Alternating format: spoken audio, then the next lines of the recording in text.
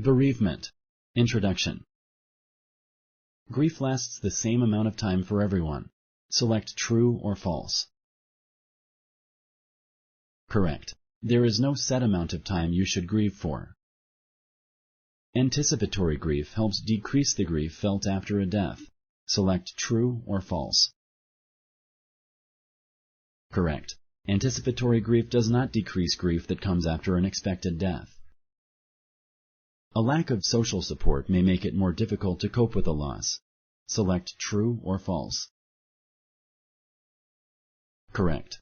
Getting social support is one of the most important things a person can do to help cope with a loss.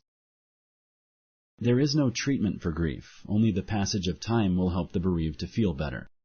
Select true or false. Correct. You do not have to suffer alone. Many kinds of therapies are available for people who are grieving.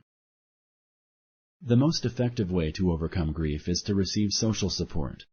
Select true or false.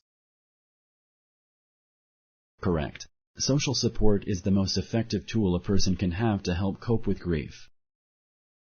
Children grieve differently than adults. Select true or false. Correct. Thank you for using Explain.